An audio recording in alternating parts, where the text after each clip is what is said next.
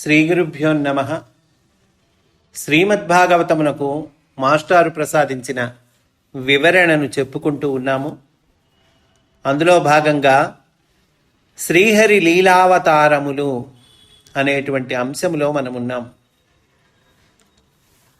బ్రహ్మగారు నారదునకు భాగవత జ్ఞానాన్ని ఉపదేశం చేస్తూ ఉన్నారు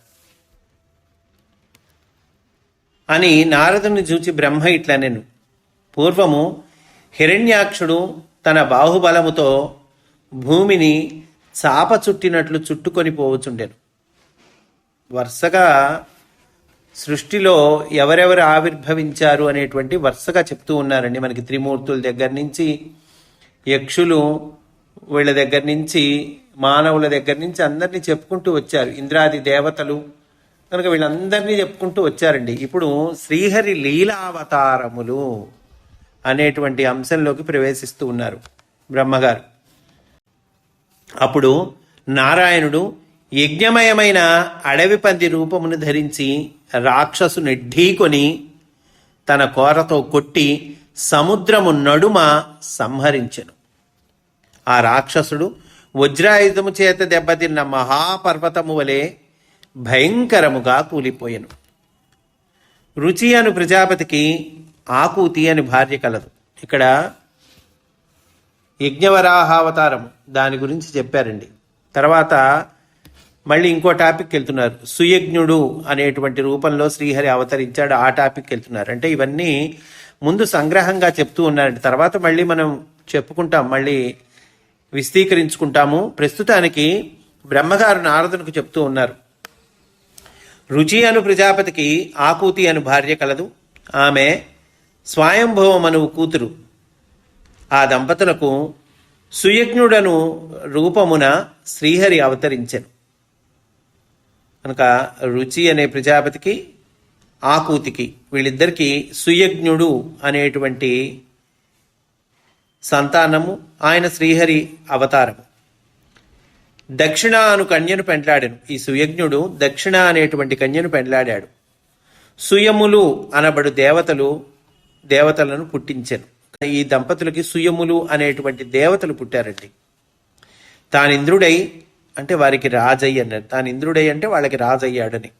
తానింద్రుడై వారిని పరిపాలించెను. విష్ణుని వలనే సర్వలోకములు వారి బాధలను పోగొట్టెను. చక్కగా పరిపాలించాట. సర్వలోకములు వాళ్ళ బాధలు పోగొట్టేటండి. అతని ప్రవర్తనకు మనస్సులో మెచ్చుకొని అతడు పరమపుణ్యుడైన శ్రీహరియే అని వాని తాతకు మనువు స్తోత్రము చేశారు. తాతగారు మనవణ్ణి స్తోత్రం చేస్తూ ఉన్నారండి.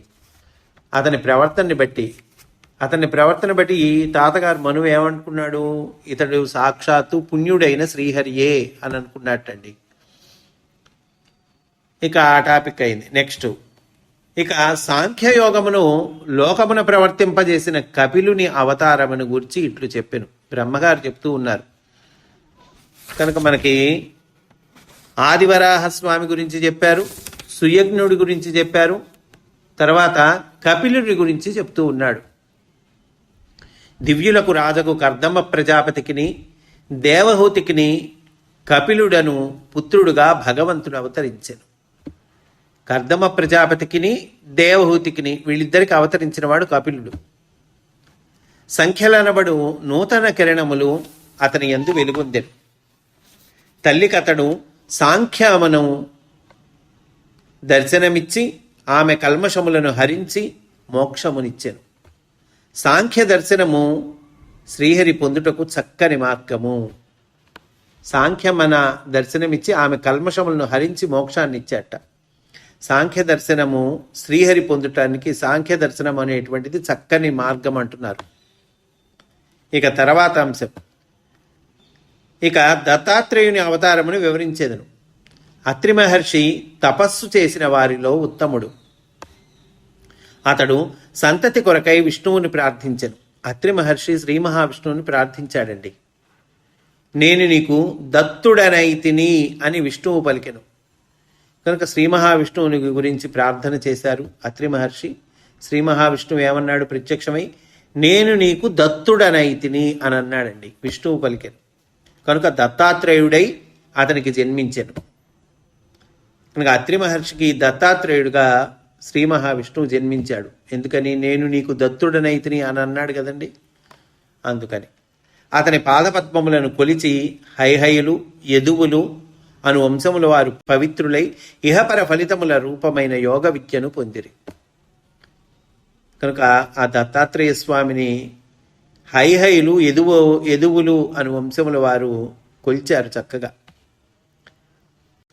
దానితో జ్ఞానము, సుఖము, ఐశ్వర్యము, శక్తి, శౌర్యములను పొందిరి. అంతటితో దత్తాత్రేయ అవతారం గురించి చెప్పారు. ఆ తర్వాత సనక సనందనాదుల గురించి చెప్తూ ఉన్నారు. ఇక సనకాది కుమారుల అవతారములను గురించి చెప్పేదను బ్రహ్మగారు అంటున్నారు నారదునితో. ఇంకా సనకాది కుమారుల అవతారాల గురించి చెప్తానంటున్నాడు. ఈ కల్పము ప్రారంభమున సృష్టి చేయవలెనను సంకల్పము నాకు కలిగినది. తపస్సు చేసి తిని నా నోటి వెంట అప్రయత్నముగా సన అను అక్షరములు వెలువడినవి. ఈయన కావాలని తెలిసి అన్నాడా? కాదండి, ఈయన నోటి వెంట అప్రయత్నంగా వెలువడినేట. ఏమిటి?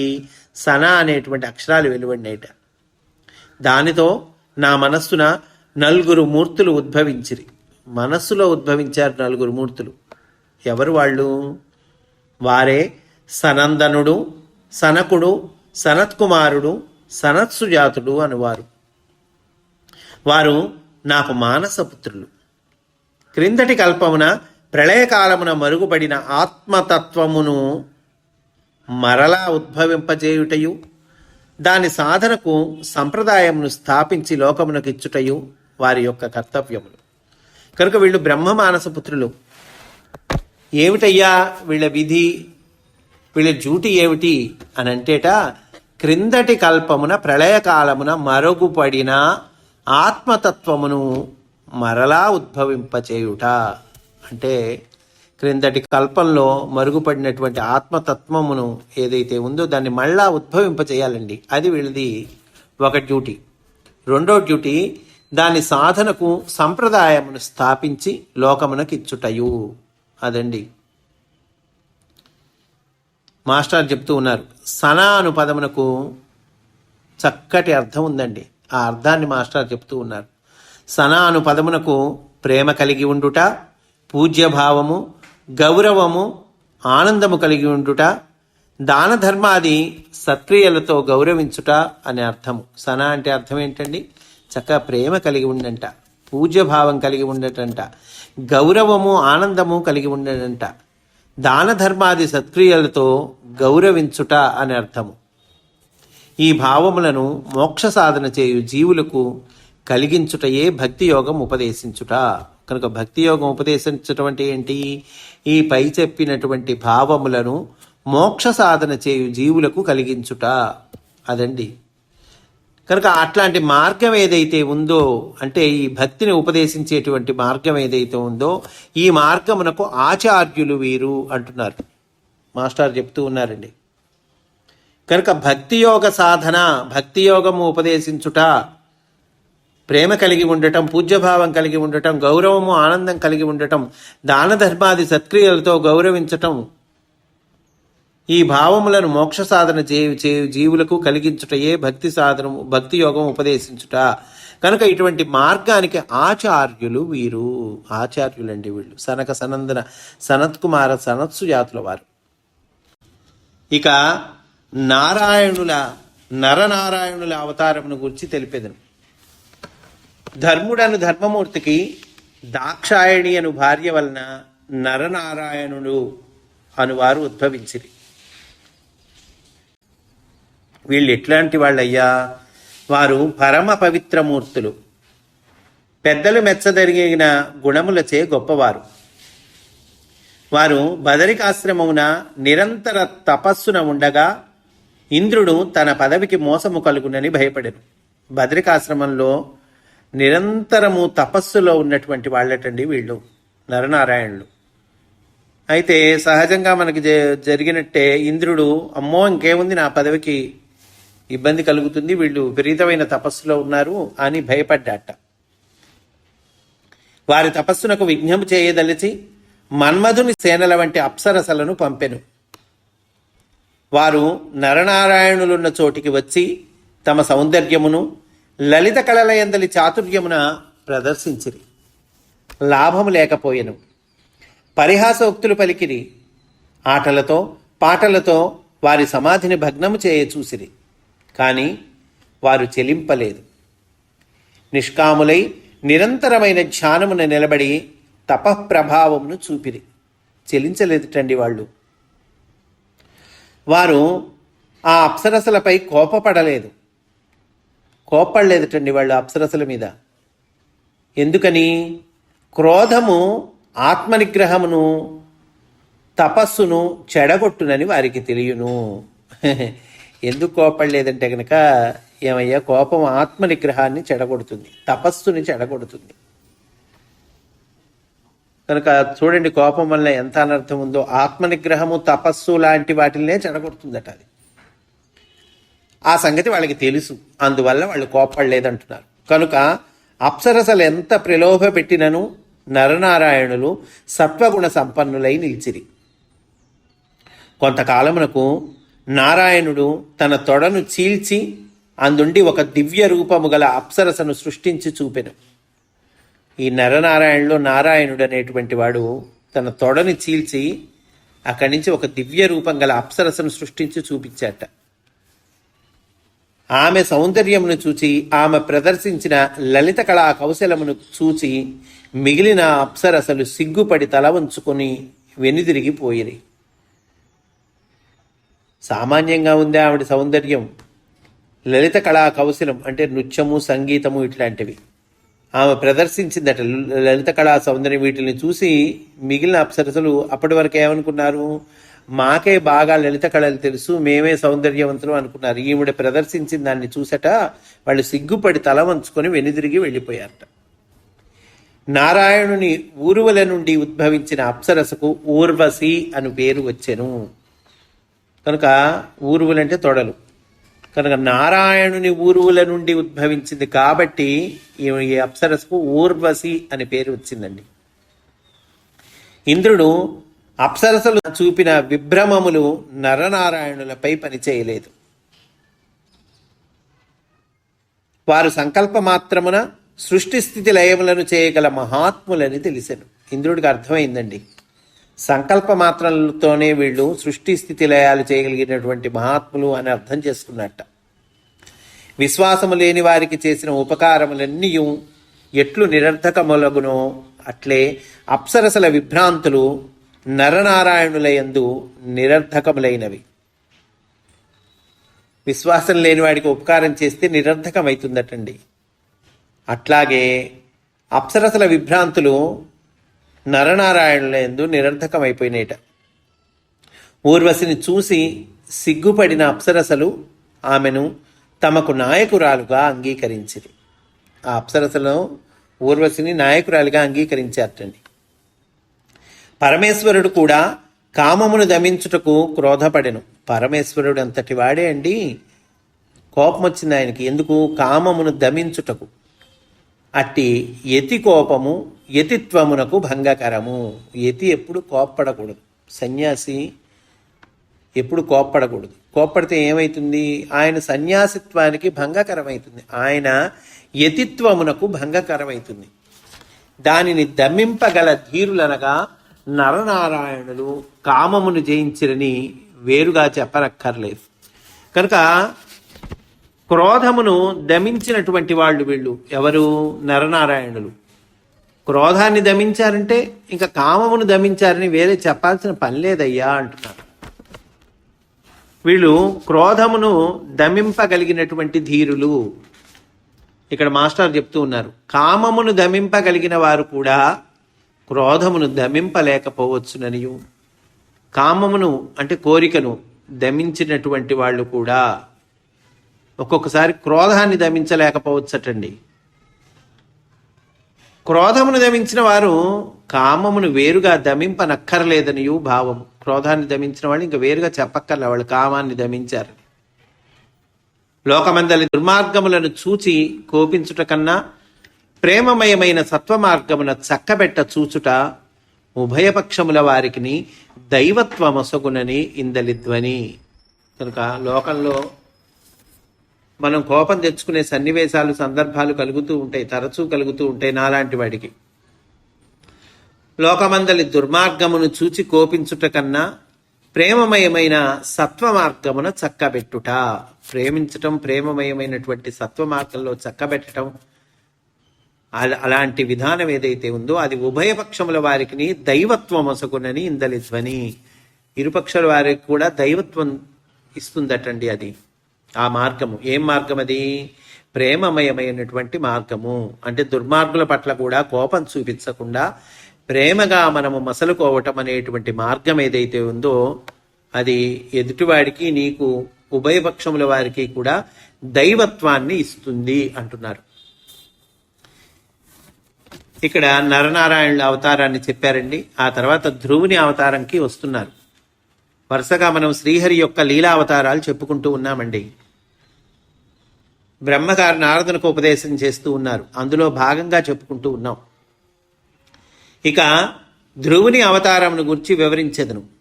పూర్వము ఉత్తానపాదుడు అను రాజునకు సత్పుత్రుడైన ధ్రువుడు పుట్టెను.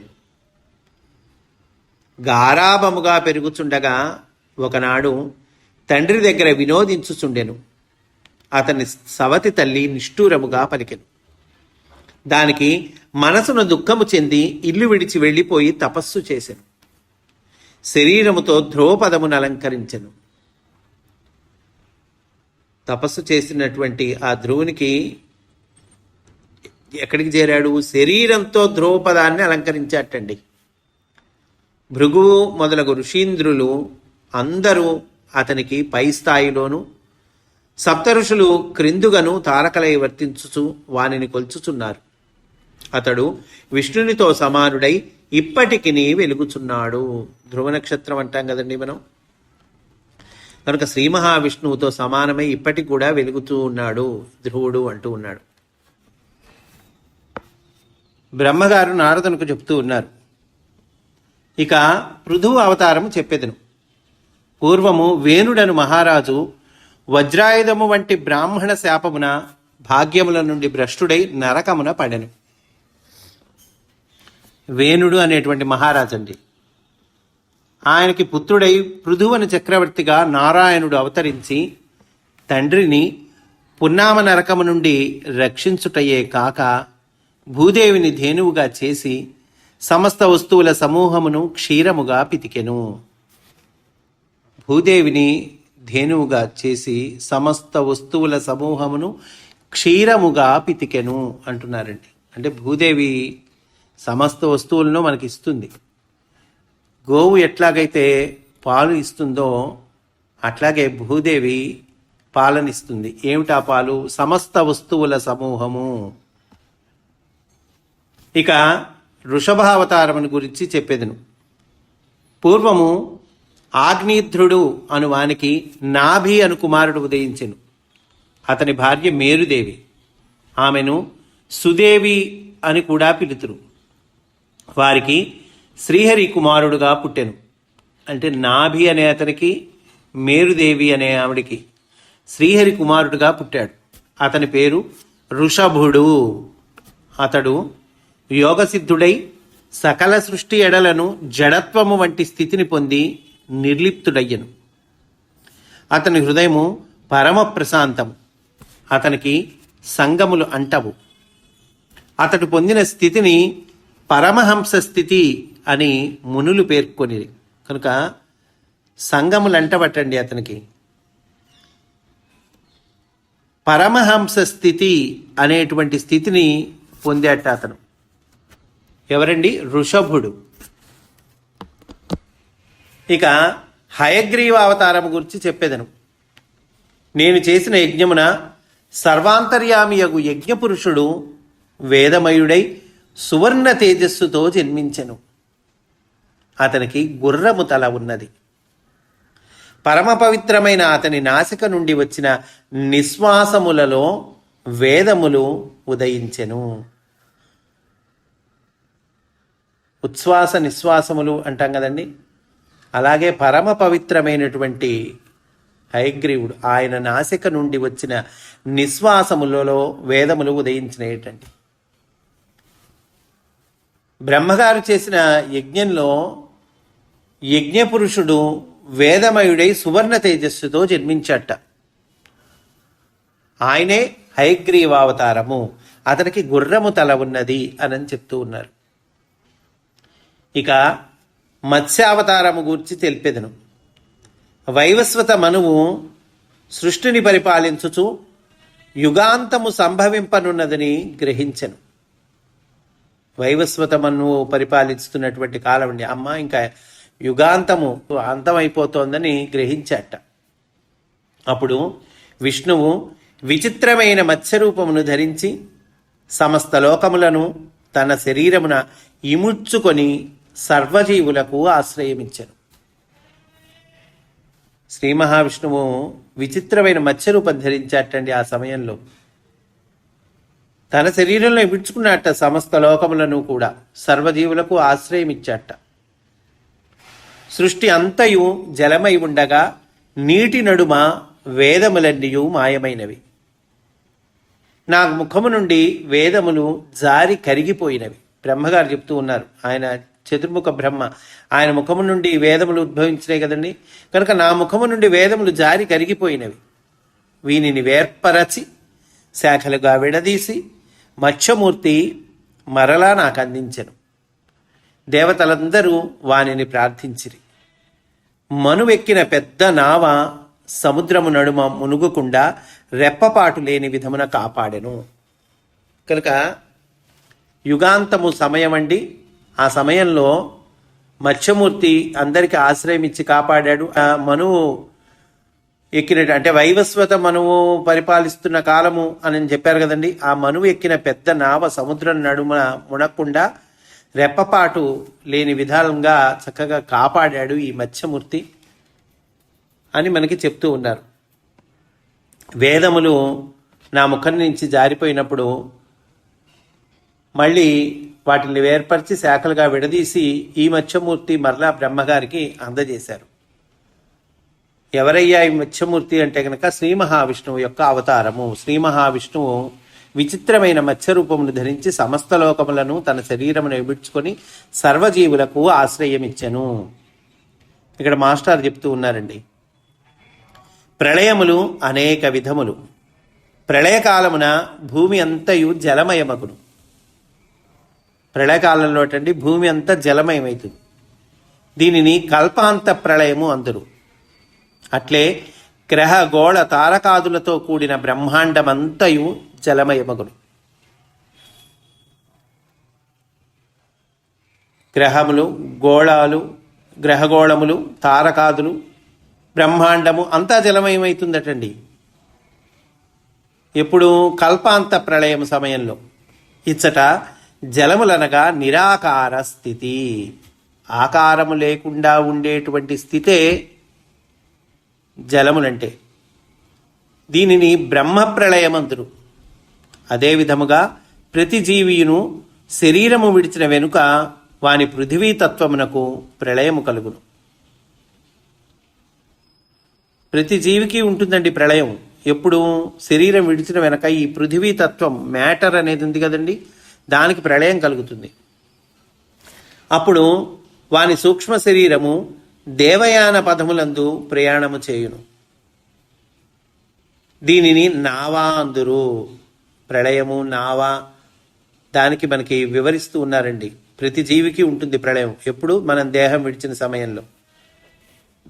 అప్పుడు సూక్ష్మ శరీరం ఉంటుంది కదండి. దేహం అంటే స్థూల శరీరం అయితే వెళ్ళిపోతుంది, స్థూల శరీరాన్ని వదిలేస్తాం మనం. అప్పుడు సూక్ష్మ శరీరం ఉంటుంది కదండి. ఆ సూక్ష్మ శరీరం ఏం చేస్తుంది? దేవయాన పదములందు ప్రయాణము చేయును. దేవయాన పదములందు ప్రయాణం చేస్తుంది కదండి. ఆ దేవయాన పదములనే నావా అందరు. ఆ జీవుడు మరలా శరీరం ధరింపబోవునప్పుడు మొదట తండ్రి యందు ప్రవేశించును. శుక్రకరము అను నామను ఆధారముగా చేసుకుని తల్లి గర్భమున మరల పృథివీతత్వమునకు దిగును. ఇచ్చట శుక్రకణము నావా అదండి. చూడండి ఎంతటి పరమ రహస్యాన్ని మనకి ఈ భాగవతంలో పెట్టి అందిస్తూ ఉన్నారు మాస్టారు. సూక్ష్మ శరీరము దేవయాన పథములందు ప్రయాణము చేయును, దీనిని నావా అందురు. ఆ జీవుడు మరలా శరీరము ధరింపబోనప్పుడు, అంటే ఈ దేహాన్ని వదిలేసి ఇంకో దేహాన్ని మళ్ళీ స్వీకరిస్తాడు. ఆ లోపటండి మొదట తండ్రి యందు ప్రవేశిస్తాట. శుక్రకణము అను నావను ఆధారముగా చేసుకుని తల్లి గర్భమున మరల పృథివీతత్వమునకు దిగును. ఇతడ శుక్రకణము నావ, అందు వాని శరీరము నిర్మాణముకు కావలసిన విజ్ఞానమంతయు ఇమిడి ఉండి మరల వర్గీకరణము చేయబడు. బ్రహ్మ సృష్టిలో జారిపోయిన వేదములను మరలా రూపొందించుట అనగా ఇదియే. జారిపోయిన వేదములను మరలా రూపొందించటం అంటే ఇదండి. శరీర నిర్మాణానికి కావలసిన విజ్ఞానమంతా ఇమిడి ఉండి మరలా వర్గీకరణం చేయబట్టము. శరీర నిర్మాణముకు కావలసిన విజ్ఞానమయ మూర్తుల రూపములకు ఋషులను దేవతలను ఈ నావలో భద్రపరచబడి మరల ప్రళయాంతమున సృష్టిని ఆరంభింతురు. ఇట్లీ బ్రహ్మాండమును కూడా జరుగును. ఇట్లా మన విషయంలో మన దేహం విడవటం, మళ్ళీ ఇంకో దేహాన్ని స్వీకరించటం, శరీర నిర్మాణానికి కావలసిన విజ్ఞానమయ మూర్తుల రూపములకు ఋషులు దేవతలు ఈ నావలో భద్రపరచటం, ఇవన్నీ మనలో జరుగుతూ ఉన్నాయని చెప్పుకున్నాం కదండి.